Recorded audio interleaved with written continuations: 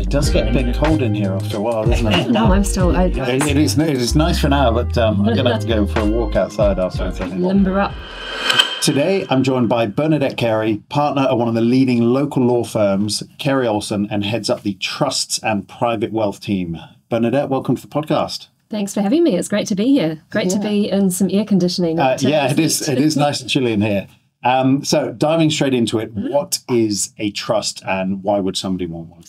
Well, a trust is an interesting concept, and it is a concept that sometimes people are a little bit nervous about when they come to us and want to set up a trust. It's basically a relationship where you, as the owner of your assets, are handing over the legal ownership to a professional trustee, ideally, to look after those assets for you according to the terms of a trust document that you have agreed together.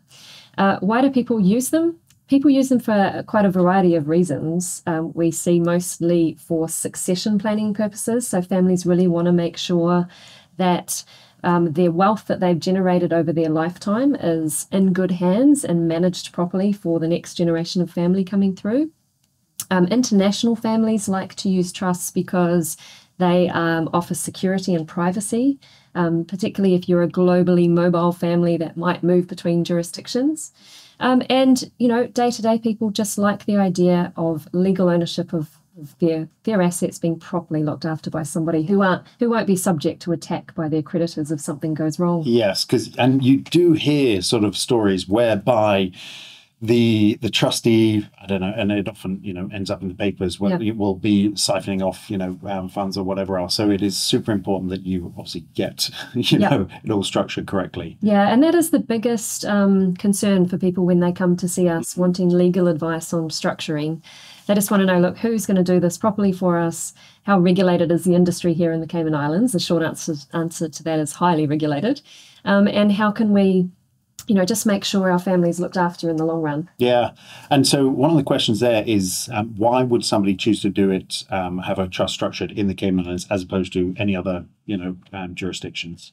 The answer is the depth of service providers on the island, but also just the length of time we've been up and running and how robust the industry is here. So compared to other jurisdictions, we have a huge number of professional trustees who know what they're doing. They've been doing it a long time. They've been working in the industry for decades. And we also have a really robust court system. So if something goes wrong, we can our jurisdiction can be trusted to get it right and find a solution that works for everybody. Yeah. Okay. So on the succession planning, so I've got an extract from an article I found online, which is Fractures in the Family, Advising Wealthy Families in the Midst of Conflicts. Family feuds can be the greatest source of hurt, and generational wealth can often be the catalyst for irreparable conflict. Where there is great wealth, there is also great potential for infighting and acrimony as family members deploy the greatest resources at their disposal to score points, defend their pride, and establish a leading role in the family. This genuinely sounds like the sort of the writer's script for Succession. It is, yeah. So, you must have seen some, stories and some really, not nice ends to what is a potentially phenomenal inheritance, and it all just falls flat. Yeah. We do, and it's fascinating to watch. Sometimes I wish I had have done a psychology degree. Yeah, Because quite often when you're involved in a big dispute over family wealth, it is coming down to it's not a legal issue. It is why have these siblings fallen out? Who didn't get, and it can go right back to literally something happened when we were kids and we just can't get over it. So it's really fascinating to watch. I think one of the problems we're seeing a lot at the moment is the generational shift in how families want to manage their money. So if you think about in the past, a lot of old families would have the kids would have been very happy taking their inheritance, flying around the world on their private jets and not doing much. But I think one of the cool things we are seeing now is this next generation coming through is very well educated, have got great ideas. They want to do stuff with the family money themselves. And that sometimes gives rise to disputes as well, right? Where, the matriarch, patriarch might be saying, absolutely not, I don't want you going off and investing in psychedelics or, doing crazy things with this family money. And just old wounds always come to the surface. I can only imagine when you throw, a lot of money onto something, it's like throwing gasoline onto fire, and it just exacerbates any cracks that are already in the armor there. What was I going to say? Are you finding when it comes to families, and this is more an investment sort of strategy, but a family's more wanting to invest in sustainability and, it's wondering more how they make their money or why they make the money as opposed to how? Yeah, definitely. A lot more focus on, in two ways. What are we going to do in the future is really important. The kids definitely have a lot more to say about this is the direction we think the family needs to go if we're going to sustain this level of wealth into the future. We also have a few family members that like to look back into the past and get concerned about, well, how did our family make this money? Have we done the right thing? Should we be making reparations? You sometimes see that with families. Oh, really? That's interesting. Who've made their money from coal, or may have taken, for example, Indigenous land.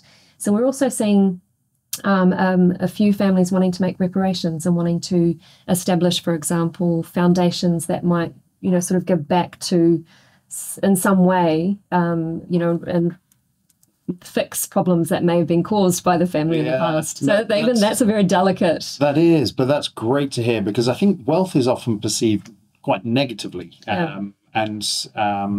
But it's great to know that, individuals are, and I think in this day and age more than ever, are super conscious of that and are making, those efforts. And it's quite a cool thing to be part of too. And it leads to other really interesting questions around the management of wealth. Quite often families will say, well, should we give all this money, a big chunk of our money to charity? And we say that's very good, but don't forget to police the charity at the other end and make sure it's going to the right place and make sure the charity is on the same page as you with what you want to achieve here. Yeah, and again, it's being managed responsibly. That money. Common theme. Yeah. Talk to me about family office. What is a family office? How does that differ to a trust, etc.? Yeah, so a trust is a very basic structure. And anybody and everybody can have a trust. It can hold the most simple things, just hold some shares in a valuable company, or it can hold really a whole portfolio of different assets. We could go down various paths around the strange assets we see put into trusts and the strange wishes of people.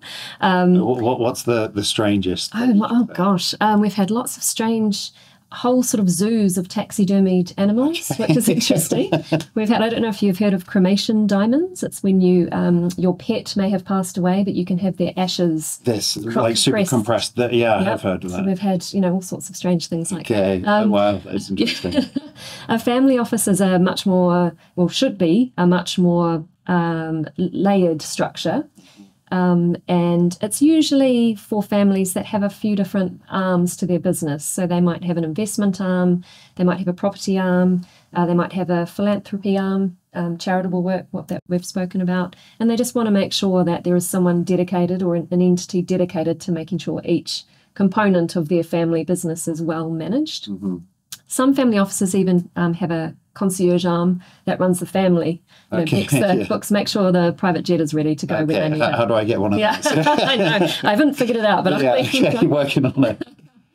Yeah. And at what point does somebody or may not realize that they need a family office?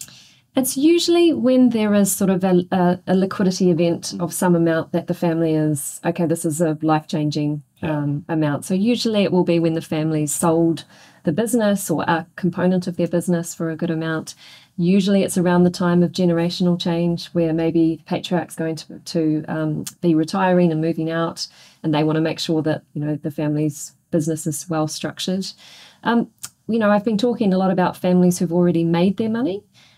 We are seeing increasingly first generation wealth, particularly on the island. I'm sure you see it a lot too. Definitely. Just people who've done very, very well, entrepreneurs, and this is the first time they've actually had any wealth to speak of, and so they want to make sure it's a business in itself well looked after. And that's where we obviously come in a little bit. Somebody will often be seeing properties online, or it's a referral that we receive from somebody like yourself, and we'll assist with the property section. But the whole structure behind what name they purchased the property in. Is it in a trust or corporation? Is really, really important to get right first time round. And so that's where we will often advise our clients to speak to somebody such as yourself to get that kind of advice from a lawyer. And also second to that is the immigration side when it comes to residency on the island, because obviously that will mitigate global taxation as well. So there's a lot. You're not just buying a property. It's there's a whole other plethora of things to consider. Yeah, and family office is not just about the legal structures. Family offices very much, and I think it's something the Cayman Islands is very good at. We have this teams-based approach between us all. When a family office is being set up, we are aware that as lawyers, they're going to need local accountants. They're going to need probably a local concierge business. There's some really great businesses like that have sprung up over time. They're going to need property agents like you guys. It's going to be a real, private bankers. It's going to be a real teams-based approach to help this family office function, which is great. It is. And I think the island is very good for that because it's such a small island. Literally, I mean, your office is a 4-minute drive from us. So if you are making recommendations, somebody within a day or two, they can have their whole structure and a team of professionals really assist in their transitional formation of whatever it is they're looking to achieve. So you're originally from New Zealand. Yes, I am. What brought you here to this tiny little dot of an island in the middle of nowhere? Well, I can give you two answers to that because I've been here twice. I've made the decision to come twice. So we first moved here in 2008. I moved here as someone in my late 20s. And if I'm doing a full confession here, it's that I didn't actually know where the Cayman Islands were. No, that's not uncommon. Yeah, so we picked up jobs as lawyers on the island in 2008. Thought we'd take a chance. Again, New Zealand is a long way away. And it was sort of the idea of trying to work in the financial services industry in a jurisdiction that was very busy, dealing with very high value work, but also having that work-life balance. I mean, you only have to look on a website and see how amazing the beaches are. And how close it is to the US. The travel through the Caribbean was really attractive to us as well. And then second time round, so we were here for 5 years, then went back to New Zealand. And then we came back again in my late 30s with 2 kids in tow this time. It's a very different island. Yes, very different experience. But equally as fantastic because it did offer me the opportunity to come back to that really fantastic job of working in the private client industry with fantastic families, but also for our family. The education on the island is amazing. Some of the schools are fantastic. Private healthcare is amazing. So living a really nice life with fantastic work, but also a great life out of the office too. And coming from rural New Zealand, sometimes it feels like that small town life. Very much so. And I think that's, and certainly for anyone moving here, but the high net worths and ultra high net worths, the safety is absolutely paramount. And you can be paranoid, whereas here it's by and large a non-issue. Yeah, and I think that's been a really positive thing for the Cayman Islands. It's the pandemic really showed us that. We became a safe haven for international families, and people aren't really looking for that extra passport. It's just something to have now. They're looking more for this kind of concept of a portfolio of domiciles. They're internationally global families that at any moment, if they need to, they have a bolt hole somewhere around the world where they're going to feel safe and secure, but where they are also going to have access to, as I said, great healthcare, professional services industry.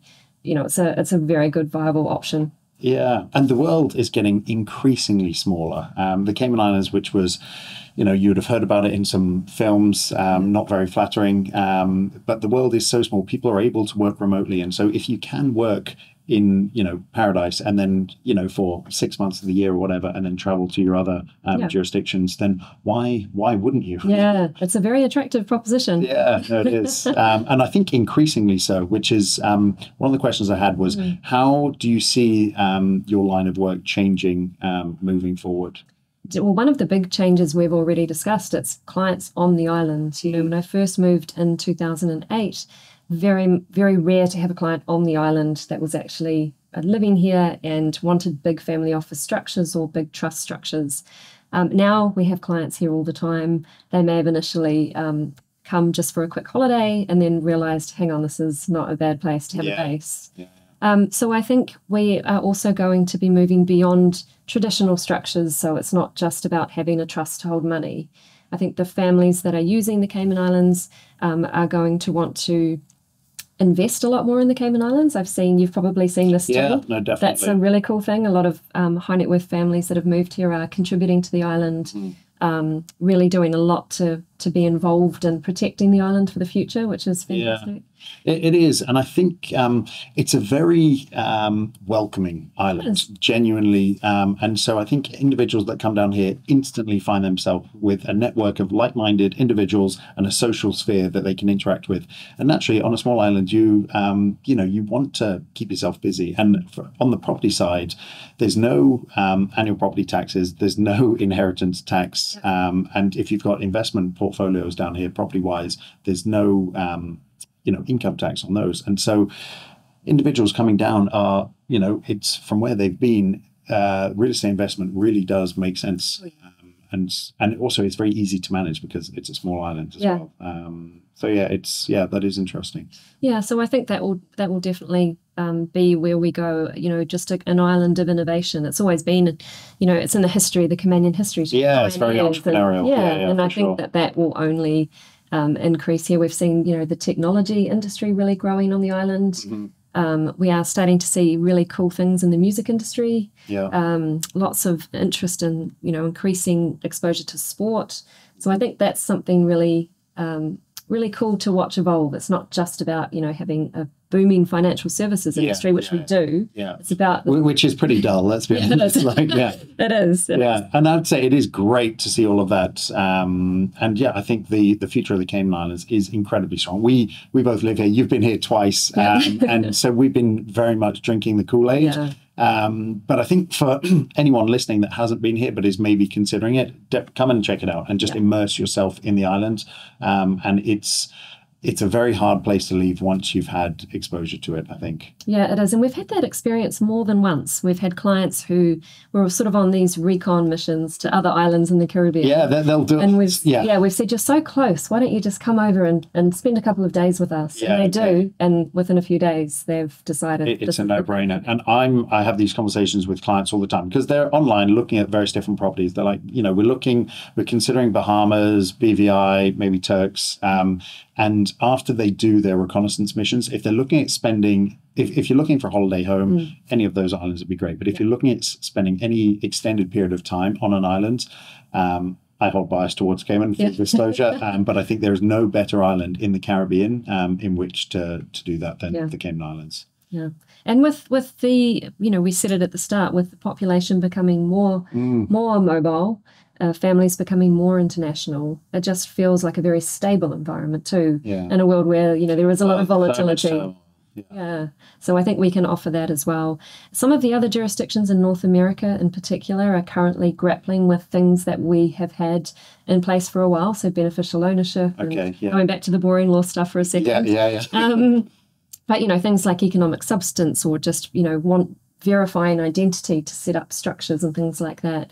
A lot of the, US and Canadian families we're dealing with are just saying, we've never seen this before. What does this mean?